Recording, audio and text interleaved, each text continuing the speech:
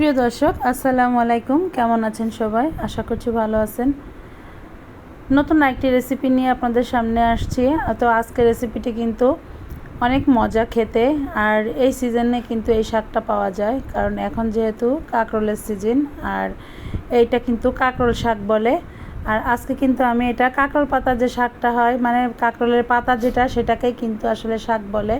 তো আমি কাঁকরোল শাক দিয়ে ইলিশ মাছের একটি রেসিপি করব, আর এই রেসিপিটি কিন্তু অনেক মজা খেতে।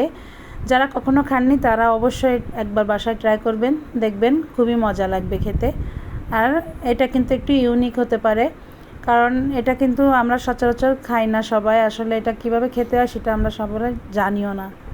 তো দেখুন, এখানে কিন্তু আমি কড়াইতে তেল গরম করে নিয়েছি, আর এখানে কিছু পেঁয়াজ কুচি আর কাঁচামরিচ ফালি করে নিয়েছি, সেটা দিয়ে দিলাম। তো এখানে দেখুন, আমি পেঁয়াজগুলো একটু বেশি নিয়েছি, এখানে 7-8টার মতো পেঁয়াজ কুচি করে নিয়েছি, যেহেতু শাক রান্না করব। আর শাকের ভিতরে কিন্তু একটু পেঁয়াজটা বেশি দিলে শাকটা খেতে ভালো লাগে, যার জন্য এখানে আমি একটু বেশি করেই পেঁয়াজটা দিয়ে দিয়েছি। আর পেঁয়াজটা যখন একটু কালার হয়ে আসবে, একটু লালচে লালচে কালার হয়ে আসবে, তখন কিন্তু এখানে আমি একটু রসুন বাটা দিয়ে দিব। তো এখানে 1 টেবিল চামচের মতো আমি রসুন বাটা দিয়েছি, 1 টেবিল চামচের একটু কম হবে। আর যেহেতু শাক, সেহেতু এখানে তো রসুন দিতে হবে, আর রসুনটা একটু বেশি দিতে হয় শাকের ভিতরে। তবে একদম যে খুব বেশি দিয়েছি তা না, আবার আমি ইলিশ মাছ দিয়ে রান্না করব, ইলিশ মাছে কিন্তু বেশি মশলা যায় না। দেখুন, আমি এখানে স্বাদ মতো লবণ আর হলুদটা দিয়ে দিচ্ছি, দিয়ে কিন্তু এই পেঁয়াজটাকে খুব ভালো করে এখন এই রসুন বাটার সঙ্গে একটু কষিয়ে নেব। তো বাটা রসুন ঘরে না থাকলে আপনি এটা রসুনটা কুচি করেও দিতে পারেন, সেটাতেও কিন্তু এভাবে রান্না করা যাবে একই পদ্ধতিতে। তো আমি সামান্য একটু পানি দিয়ে দিলাম, যেহেতু রসুন বাটা দিয়ে দিয়েছি, কড়াইতে লেগে আসে আর একটু পুড়ে আসে, যার জন্য একটু পানি দিয়ে এখন এই পেঁয়াজটাকে আমি খুব ভালো করে কষিয়ে নেব। যখন একটু মানে কাঁচা কাঁচা ভাবটা চলে যাবে, সেই আন্দাজ করে আমি কিন্তু মশলাটা মানে এই পেঁয়াজটা কষিয়ে নেব। তো দেখুন, তেল উঠে গিয়েছে উপরে, এখন কিন্তু পেঁয়াজটা কষানো হয়ে গিয়েছে। আর এখন আমি ইলিশ মাছগুলোকে দিয়ে দিব। এইভাবে ইলিশ মাছটাকে একটু আলতো আলতো করে নেড়ে চেড়ে একটু কষিয়ে নিতে হবে। ইলিশ মাছটা কিন্তু নরম মাছ, তো একটু এভাবে আলতো আলতো করে কষিয়ে নিয়ে তারপরে কিন্তু একটু পানি দিয়ে দিব ইলিশ মাছটা যাতে কষিয়ে উঠিয়ে রাখা যায়, সেই জন্য। তো আমার মাছগুলো কিন্তু কষানো হয়ে গিয়েছে, আর এখন আমি ঝোল হিসাবে পানিটা দিয়ে দিব। এখানে কিন্তু ঝোলের পানিটাই কিন্তু একবারে দিতে হবে, যেহেতু আমি শাক রান্না করব। এখানে কিন্তু দ্বিতীয় কোনো পানি দিব না। তো শাকে কিন্তু বেশ পানি বের হয়, যার জন্য পানির পরিমাণটা একটু বুঝে শুনে দিতে হবে। তো আমি যতটুকু পানি দিয়েছি এইটুকু পানিতে কিন্তু শাক রান্নাটা ঠিকমতো হয়ে যাবে।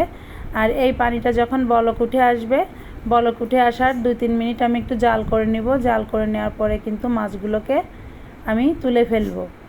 তো শাক রান্না করতে কিন্তু আসলে বেশি পানির দরকার হয় না, কারণ শাকের থেকে যথেষ্ট পানি বের হয়, আর সেটাতেই কিন্তু শাক রান্না হয়ে যায়। তারপরেও মাছটা কষাতে গেলে যতটুকু পানি দেওয়ার দরকার হয়, দেখা যাচ্ছে ততটুকু পানি কিন্তু দিতে হয়। তো দেখুন, আমি যতটুকু পানি দিয়েছি এই পানিতেই কিন্তু এই মাছটা কষানো খুব ভালো করে হয়ে যাবে। আর বলক ওঠার পরে ইলিশ মাছ, তো ইলিশ মাছ কিন্তু বেশি সময় লাগে না সেদ্ধ হতে। তো আমি মাছগুলোকে দেখুন তুলে নিয়েছি। এখন যতটুকু ঝোল আছে এই ঝোলের ভিতরে কিন্তু শাকগুলোকে দিয়ে দিব। আর দেখুন, এটা কিন্তু কাঁকরোল শাক। তো কাঁকরোল শাকগুলোকে খুব ভালো করে এটাকে বেছে নিয়েছি। তো বেছে দেখুন, এই যে বোটা থাকে, বোটাগুলো ফেলে দিয়েছি। এমনি শাকগুলো কিন্তু আস্ত রাখলেও পারেন, তবে আমি শাকগুলো কিন্তু আস্তই রেখেছি। চাইলে মাঝখান থেকে চিড়ে চিড়েও দিতে পারেন। তো যেভাবেই দেন না কেন, শাকটা তো এমনিতেই গলে যায়, তো আমি এই জন্য আস্তই দিয়েছি, কারণ শাকটা জাল হতে হতে আস্তে আস্তে এটা গলে যাবে। তো দেখুন, এখন নেড়ে চেড়ে শাকটা কমে আসা পর্যন্ত একটু এভাবে জাল করতে থাকবো। আর শাকটা কিন্তু যখন কমে যাবে, আস্তে আস্তে শাক থেকে বেশ পানি বের হয়ে আসবে। তো দেখুন, শাকটা কিন্তু বেশ কমে গিয়েছে। আমি কিন্তু অনেক শাক দিয়েছিলাম, শাকটা আর শাক এরকমই হয়, শাক কিন্তু কমে একদম একদম কমে যায়। তো দেখুন, ঝোলের সঙ্গে আস্তে আস্তে জাল হতে হতে এটা একটু মাঝে মাঝে আমি নেড়ে চেড়ে খুব ভালো করে মিশিয়ে দেব, কারণ শাকটা একটু নেড়ে চেড়ে দিলে শাকটা সুন্দর করে গলে আসে। আর এই গলে গলে যাওয়াটাই কিন্তু শাক ভালো লাগে। শাক যদি শক্ত হয়ে মানে আস্তে আস্তে থাকে, সেই শাক কিন্তু খেতে ভালো লাগে না।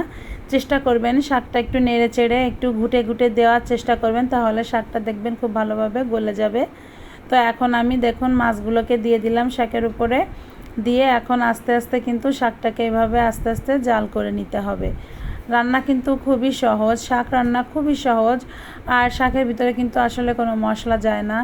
এটা যারা শাক রান্না খেতে পছন্দ করেন, যারা শাক খান, তারা তো ভালো করে জানেন শাকে কিন্তু আসলে কোনো মশলা না দিলেই ভালো লাগে। তো এভাবে রান্নাটা করে খেয়ে দেখবেন, খুবই ভালো লাগবে। আর ইলিশ মাছের সঙ্গে যাই রান্না করবেন না কেন সেটাই কিন্তু ভালো লাগে। তবে এই শাকটা কিন্তু আমরা ছোটোবেলা থেকে খেয়ে আসছি শুধু ইলিশ মাছের সঙ্গে, অন্য কোনো মাছ দিয়ে রান্না করলে কিন্তু এতটা ভালো লাগে না। যদি ইলিশ মাছ দিয়ে রান্না করেন তাহলে দেখবেন খুবই মজা লাগবে।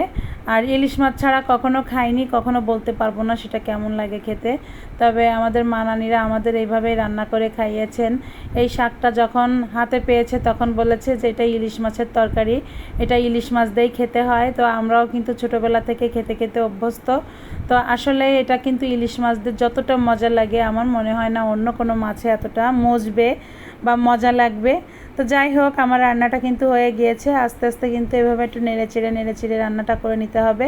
তবে শাকে কিন্তু ঝোল রাখবেন না, ঝোল রাখলে কিন্তু শাক তরকারিটা খেতে ভালো লাগে না। ঠিক আমি যেভাবে রান্না করেছি এইভাবেই রান্নাটা করে দেখবেন, এটা কিন্তু খেতে দারুণ লাগে। আর শাকে আসলে ঝোল রাখলে খেতেও কিন্তু ভালো লাগে না। তবে অনেকে হয়তো শাকে ঝোল খেতে পছন্দ করেন, সেটা আপনাদের নিজস্ব ব্যাপার, ব্যক্তিগত। তবে যদি ঝোল রেখে খান তা খেয়ে দেখবেন, আর একদিন হলেও এইভাবে ট্রাই করে দেখবেন সেটা কতটা মজা লাগে। শাকটা কিন্তু এরকম রান্না করলেই ভালো লাগে। তো শাকটা আমার রান্না করা হয়ে গিয়েছে, এখন আমি শাকটা নামিয়ে নিব। তো দেখুন লাস্টে একদম যখন আমি একদম নামাবো তখনের যে শাকের যে লুকটা তখন আপনাদের দেখিয়ে দিচ্ছি, ঠিক এরকম আসবে। যখন দেখবেন যে তেলটা আস্তে আস্তে চারি সাইড থেকে ছেড়ে ছেড়ে দিয়েছে, ঠিক তখন বুঝে নেবেন যে শাকটা রান্না করা হয়ে গেছে। আর মাছগুলোকে খুব আস্তে আস্তে এইভাবে নাড়াতে হবে যাতে না ভেঙে যায়। আর এইভাবেই রান্নাটা করে নেবেন। তো রান্নাটা কিন্তু আমার শেষ হয়ে গিয়েছে, দেখুন তেলগুলো কিন্তু চারি সাইড থেকে ছেড়ে দিয়েছে। এখন আমি এই যে নামিয়ে নিয়েছি, আর দেখতে কিন্তু কত সুন্দর লাগছে তাই না? আসলে যত দেখতে সুন্দর লাগছে না কেন খেতে কিন্তু দারুণ লেগেছিল। আপনারা বাসায় অবশ্যই ট্রাই করবেন। তো ভিডিওটি ভালো লাগলে একটি লাইক, কমেন্ট, শেয়ার এবং চ্যানেলটিকে সাবস্ক্রাইব করবেন। পাশে থাকা বেল আইকনটি ক্লিক করবেন যাতে আপনি আমার নতুন ভিডিওর নোটিফিকেশন সবার আগে পেয়ে যান। সবাই ভালো থাকবেন। আল্লাহ হাফেজ।